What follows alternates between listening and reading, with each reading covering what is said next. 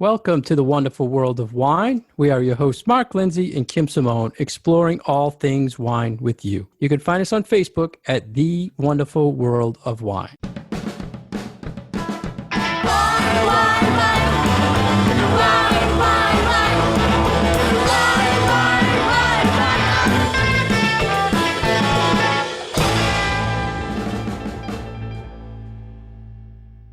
Hello, everybody, and welcome back to the wonderful world of wine. Every week, Kim and I are here to talk wine with you. How are you today, Kim? I'm doing well, Mark. Nice to see you again. Nice to see you. And once again, we are not in the studio. We are recording remotely for our listeners due to the quarantine situation. But we have some stories to talk about, Kim. And I'd like to talk first. We had a question from a listener, and this gentleman, whose name is Dave, is located in Dublin, Ireland. So the wonderful world of wine. We are reaching in Ireland, and he had a very interesting question, Kim. He asked us, we talked about decanting, and he asked, do you pour slow or do you pour fast when you're decanting? So how would you like to start answering this for Dave, Kim?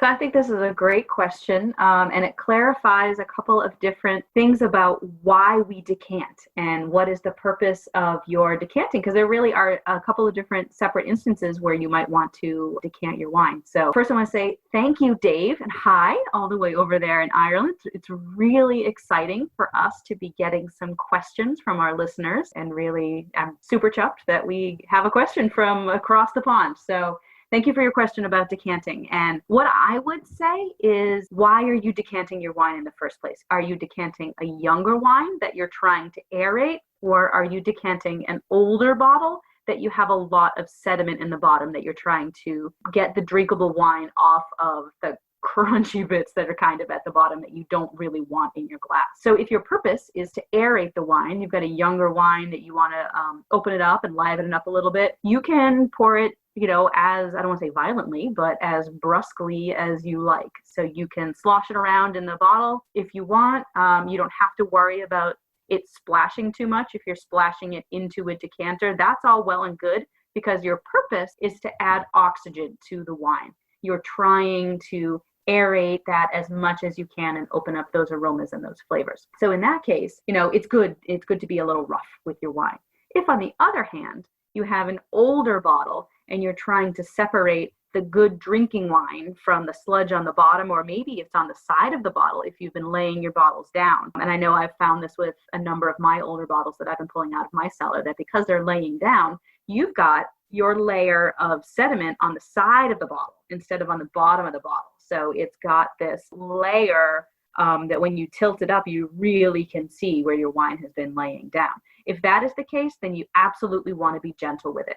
You want to pour it cleanly away from where the sediment is. So if, say, your sediment is on the left side of the bottle, you want to pour it on the opposite side so that you only get clear wine, and you don't necessarily want to pour every single drop of wine out of that bottle. So you want to pour it gently, you want to pour it slowly. You don't want to add too much air, because that wine has probably already gotten as much oxygen as it needs to taste really good. And you don't want to add too much, because sometimes that will break the wine down even further and push it beyond its deliciousness phase. So be gentle with those older bottles. Don't necessarily pour every single little bit of wine out of that bottle, because you're still going to get some sediment from the bottom, and get, I would say, as much of that clean wine as possible, but err on the side of caution and leave a little bit more maybe than you would want to in the bottle, so that you know that every drop that you've poured into your decanter or into your glasses is clean and ready to drink. Yeah, I think the key, Kim, and you hit on it, was putting oxygen into the wine. The whole idea of aerating and decanting is to get some oxygen into that wine to bring the aromatics out. And you think about it, if it's a young wine, it's been bottled and sitting there not too long, but it tends to be, its tannins are not as, or more harsh maybe than an aged wine. So for me, the tannins love to absorb oxygen. So aerating it, working that on a younger wine, I think you want to pour it fast to aerate as much as possible. Do you agree, Kim? I've heard in the past where, especially in an older wine, you should let it stand up 1 hour before you open it to decant it. Do you agree with that? I think it depends where your sediment is. So So if for it was me, laying where on I've its got it, side, it's laying on its side for years, you take it out of the cellar before you decant it, stand it up and let that sediment drop but fully? an hour isn't going to give it time to drop. No. No, I feel like if your wine has been standing up and then you move it from a standing up position to, maybe you bring it up to your kitchen and you continue to stand it up, then I would let it sit for a little bit of time, just because of that movement from wherever your storage unit is to wherever your serving unit is has disrupted it a little bit. So at that point I would, but if it's been lying down for a couple of, months or even years and you've got sediment on the side, that is not going to give it enough time to settle completely to the bottom of the bottle. So I would be a little bit less worried about the shaking up of the sediment if it's been lying. I would just be aware of what side it was lying on, so you know where all that sediment is in your bottle, so that you don't accidentally pour all the sediment off first instead of getting the clean stuff. So you want to pour it from the side where you have no sediment. So the sediment should be on the top as you're pouring. You want that to be on the top of it, whereas the wine is coming from the bottom. Yeah. So on that particular wine, when you're at the end, getting close to the end of the bottle, you want to go really slow and watch that sediment. So that's for any of those older bottles, slow. go really slow at the end, because that's when you're going to start to get some of more solid particles that have dropped out of the wine. And I think this is the same with white wines too. A young white wine, you can really decant it fast. For me, it kind of blows off. A lot of times you might have a lot of sulfur where it's just bottled, so it kind of blows that off. So pour it really fast in the decanter. And you can also decant the aged white wines, but you want to go a little slower. They wouldn't necessarily be sediment, but you don't want to go too crazy aerating it fast. So I think it was a great question, Kim. Yeah, and you could go on and personally on. have really opened my eyes to the idea of decanting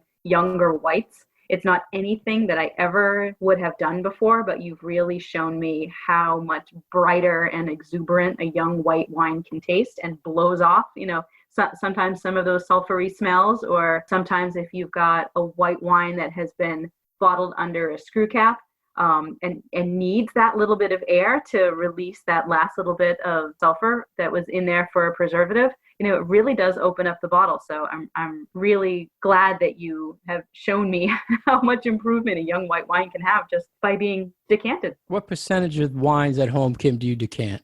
Because I feel I decant more when we're doing events than I do personally for myself. I don't do too much at home unless it's an older bottle. Yeah. Sometimes with a younger red, I absolutely will do it, especially if it's for a special dinner, like if I'm having my parents over and I want to open a nicer bottle of red and I know that it's not at its peak, I definitely will decant it. But if I'm pulling an older bottle and I know that there's sediment in that bottle, I absolutely will decant it, because I know that there's going to be, somebody that's going to upend the very bottom of the bottle into somebody's glass, and it's all going to be very chewy and not fun. So I try to avoid those situations and decant it ahead of time so that we don't run into the chewy last glass, because I'm usually the one who gets the chewy last glass. Yeah. And that stuff we talked about in the past, that won't hurt you if you swallow some of it. It's just not pleasant. It's just not very pleasant. But that's a good point to bring up. It's like nothing in these bottles after they've been sitting for a little while is going to hurt you. It just like eating coffee grinds. It's not super pleasant. Yeah. And we talked in the past too about boxed wines. I think boxed wines decanting really fast changes the whole view on a boxed wine to me. So if you're thinking of a big gathering, you don't want to put the box on the table, decant it really fast, aerate it, you'll be surprised. It can really show well. So yeah, great trick. Not a trick. A great way to make your wines taste a little bit better, especially for a group. But thank you, Dave, for the question all the way from Ireland. So it's really nice to sort of dig into some of these topics when we get some interest from our listeners and, a little bit more of the nitty gritty of what you want to know about the topics that we explore and discuss. So to our other listeners out there, please continue to send us some questions, and we would love to address them in future shows.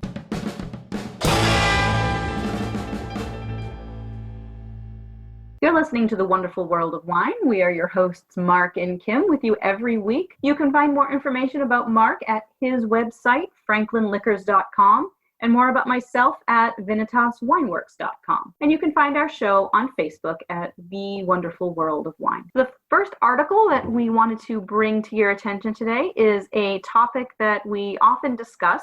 I know a couple of weeks ago we talked about cork production and how corks were made and the process that is a very lengthy process for producing natural corks from the bark of the cork tree. And now we wanted to bring your attention to an article that was published not too long ago in Britain from their publication, The Daily Mail, out of the UK. And it was about how one of the largest cork producers in the world has discovered a way of treating their corks that will completely eliminate cork taint, which is the big baddie in the world of corks, and why so many of us in the wine industry have moved towards using alternative closures such as screw caps, such as plastic corks, composite corks, glass corks. There's been this whole movement, as you all know, towards alternative closures. And now this large cork company is saying we have found a solution to this problem, which is very interesting. Yeah, and I think a lot of times we talked to our listeners about corked wine, and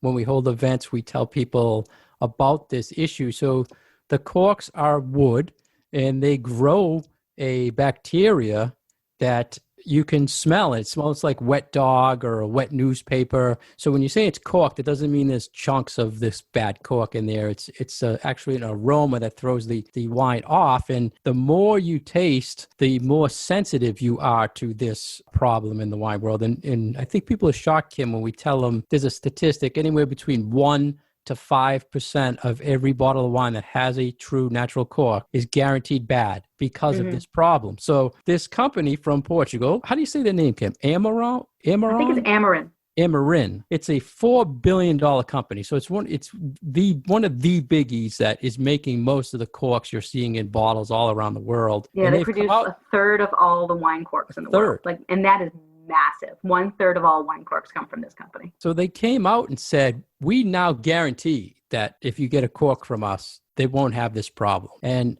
I'm kind of questioning because they didn't say it's a secret why they're saying it's guaranteed. So that right away to me is like, well, if you patent it, say it, right? Say what it is so we know. Maybe they're just saying it because it could only be 1% in the world, right? I mean, do you think it's really... I'm glad you're being skeptical because I was skeptical of this too. On the one hand, I guess trade secrets, if you are such a big company and you have discovered this really industry changing technology, do you want everybody else to know what it is? No, probably not. These guys are like the Tony Stark of the cork world. Do you want the rest of the cork producers to know that this is the process to eliminate cork taint? Probably not, because now, you're the big guy in the industry. But on the other hand, it's like, well, how can we trust that what you have come up with really is the solution to this problem without knowing what it is? So yeah, that whole secret thing, it's like I kind of can see both sides of the coin, but I'm definitely on the same page with you as far as skepticism of this is this something that is really real? They mentioned that it's patent pending, so that's kind of an out for them not to say it, but they did hint that the process that it has something to do with steaming the cork where it kills everything on it, I guess. So I guess they haven't patented it yet and they don't want to say it yet, but I would assume this is going to be another level of cork they're going to produce, another cost level. Like a higher level. Yeah. And when we talked about corks in the past, we said they separate them by yellow, green, and red, levels of cork. I would think this is going to be the next level and add another cost to cork itself. Right. And then if wine producers decide that they want to, well, first of all, they have to win the trust of the wine producers and, convince them that, yes, these corks are worth paying X amount of euros or dollars more for because we can guarantee that you're not going to have any cork taint. Convince those producers to buy the corks. And then once the producers use those corks, are they going to then get that information to their distributors and then down to us on the ground floor to convince people to buy bottles of wine with cork again and say, we guarantee that this bottle of wine won't have cork taint. So I think it's going to be, there are multiple levels of trust in this that have to come down. So I think it'll be very interesting that maybe this is something that is going to be a game changer for our industry. So it's sort of exciting if it's actually true. Yeah, and anything patent or new method, it's definitely going to add a cost. Have you seen, Kim, there was a thing going around where, I don't know if it was wine makers or cork producers that were using dogs, training dogs to sniff the corks. Yeah, I did see that. I think it was the cork producers. It was the producers. Imagine that, to train a dog to go around sniffing for the infected You know what? If corks. dogs can sniff out truffles, why can't they sniff out possible cork taint? Dogs have excellent noses. Yeah. Interesting. Yeah. So new stuff, and we always like to talk about these things that are maybe a little bit sciencey, but also could have a real impact on you, the wine buyer. So we will keep our eye on this story, and I really would like to get a little bit more detail about this process. So we'll keep an eye on it for you, and we'll let you know if it is something that's really going to happen.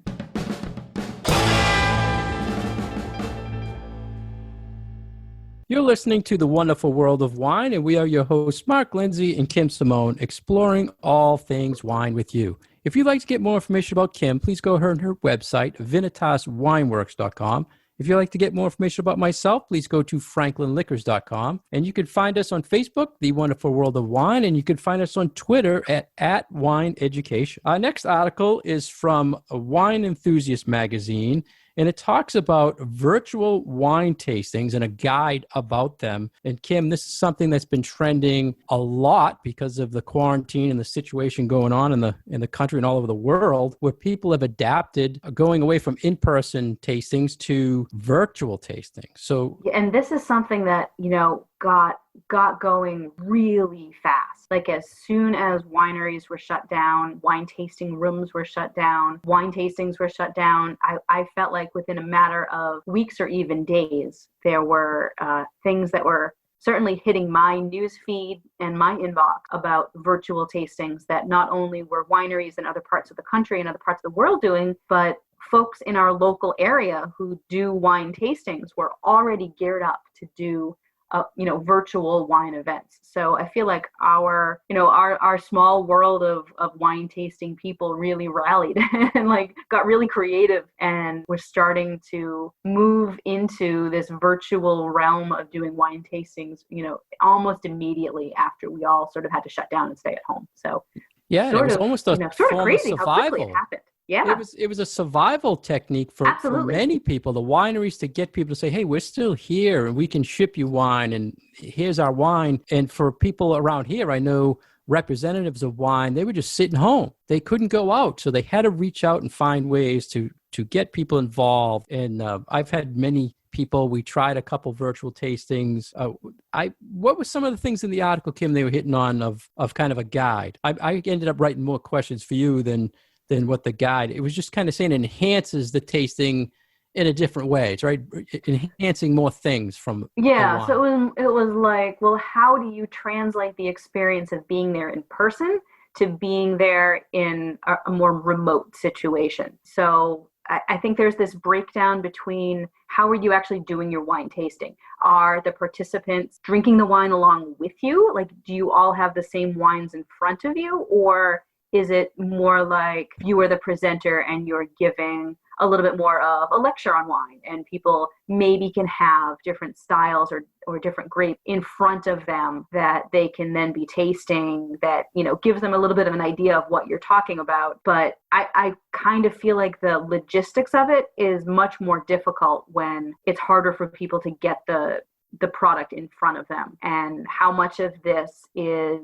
more of like a gimmick and how much of it is a sustainable way of doing business, because so much of what we do in our industry is so face-to-face and is so relationship building. And especially in those tasting rooms, if you're face-to-face with someone, you want to engage them in a real conversation about what they're tasting and what they're liking and what they're not liking. So figuring out a way to make that still have relevance, I think, is something that we're all still sort of working through. So yeah, I kind of feel like it leads to a lot more questions than answers at this stage of it. I found the ones that I've seen, it's more personal. It's, here's my winery. And it's the smaller guys. It's not the big companies really doing this. It's the smaller guys who, it's a survival thing again. They bring you to their winery. They're showing you things you've never seen before behind the scenes of the wine rooms, the wineries, the vineyards. And I think we touched on it in the past when we talked about this, that I really feel this is going to change how events are held in the future. Like if we have a guest speaker who's representing the winery, going that virtual route with that speaker,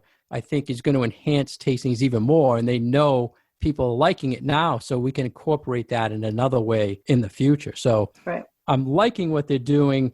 I unfortunately, I think when I tried a couple of them, there wasn't much interest because I felt people, like you said earlier, they felt they needed the wines, but they really didn't. It's just the experience of everybody kind of getting together virtually. One of the questions I have for you, Kim, was, have you seen any virtual tastings from a restaurant point of view? I did not. So no, I'm I have curious. not seen. You think it doesn't work? No, I haven't seen anything like that.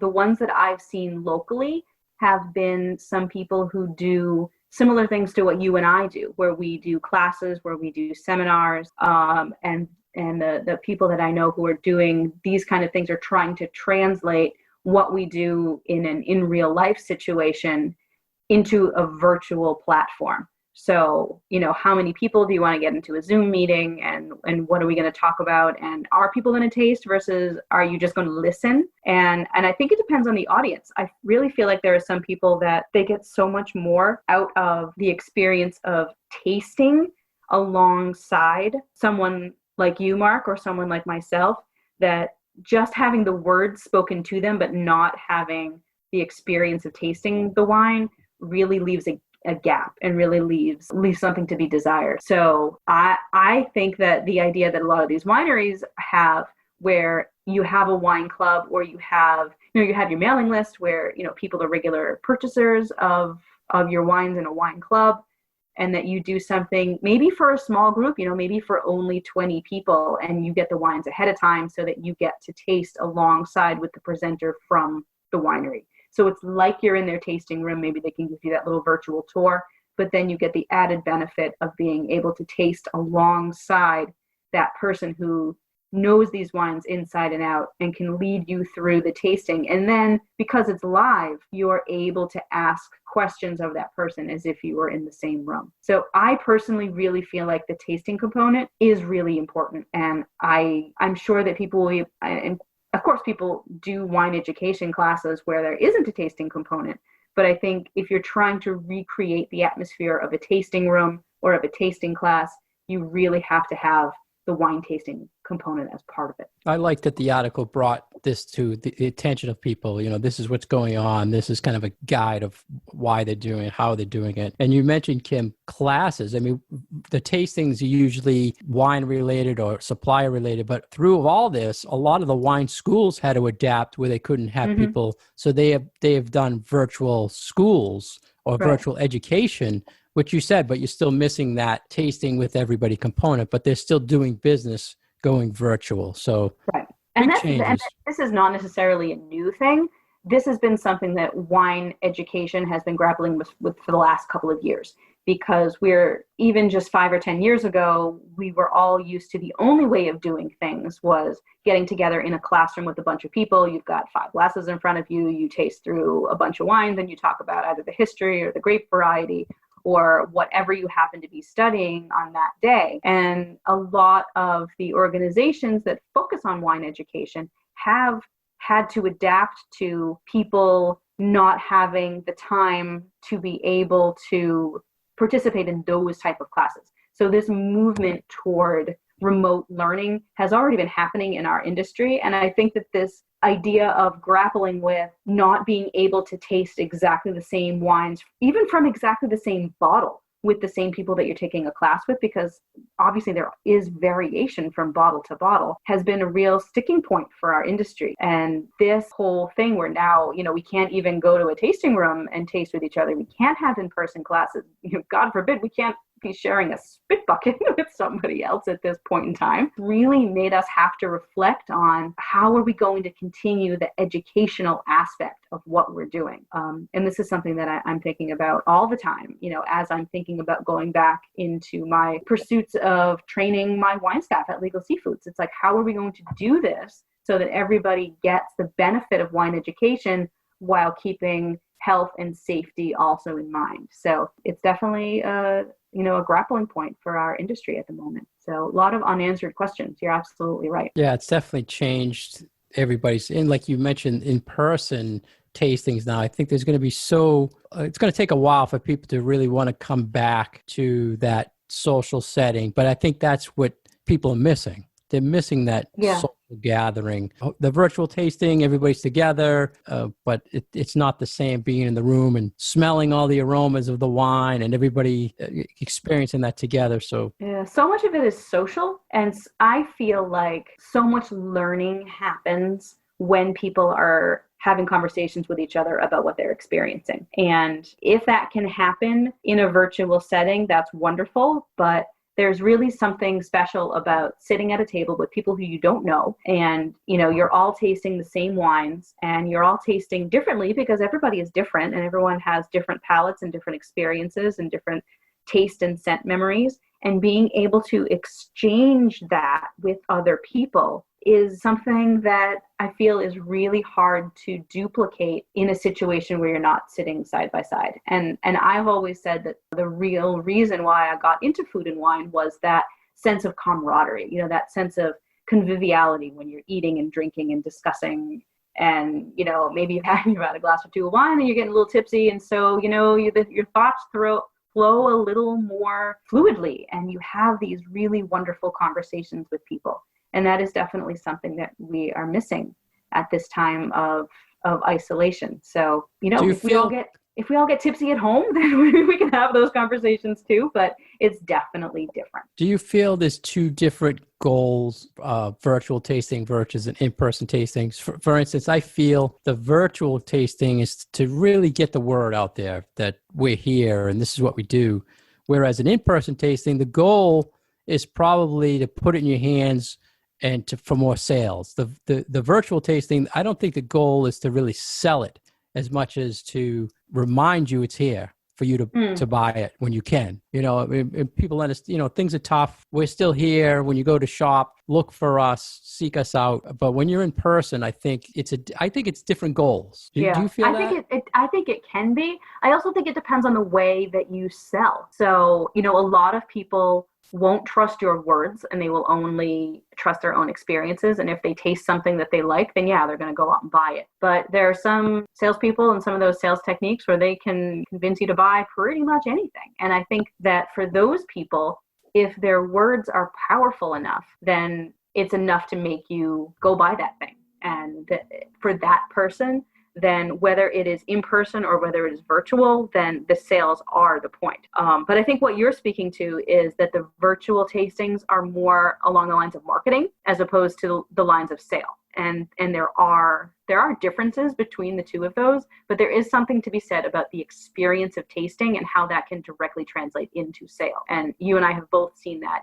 time and time again, both from the point of view of the person doing the selling and the point of view of, the person doing the buying. Or we're not even trying to sell anything, but we just see how powerful it is when people have the physical experience with that wine. And because sometimes it's very visceral. It's like you taste that wine, you're like, oh my God, I love this wine. And they're going to buy a couple bottles of it.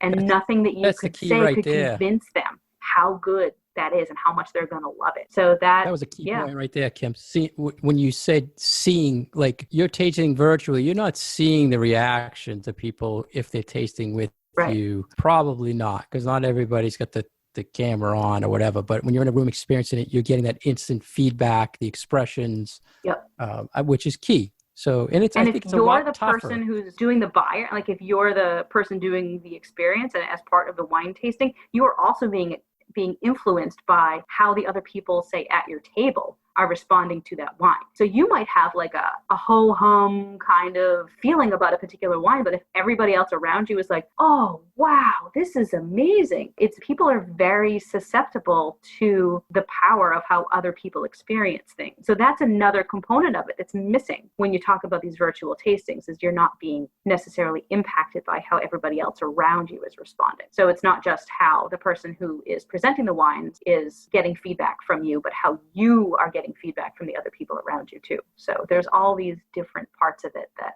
I don't feel like can be duplicated when you're not all in the same room together. Well, we got to keep telling our listeners this is what's happening out there. Yeah. This is how you can do. There's plenty out there to find. You can actually, the websites that post wine events now have changed over to virtual wine events. Yeah, So I've been getting those emails too. So before you'd had to seek an event in your area to travel to it. Right now it's like you can pick a virtual event anywhere in the world. So it kind so of in that case, it's a little bit easier. Yeah, it opened up your selection. You can go worldwide and join these tastings now. It's not like you're driving down the street. So it gives you some opportunities. But wine lovers, we will come out on the other side of this, and tasting rooms will be open again, and we will all be able to be side by side tasting and spitting next to each other at some point. We don't know when, but it will happen again, and I am positive that when it does, Mark and I will be there waiting for you to join our classes. So at some point, it'll happen to all. We'll be there. We'll be there.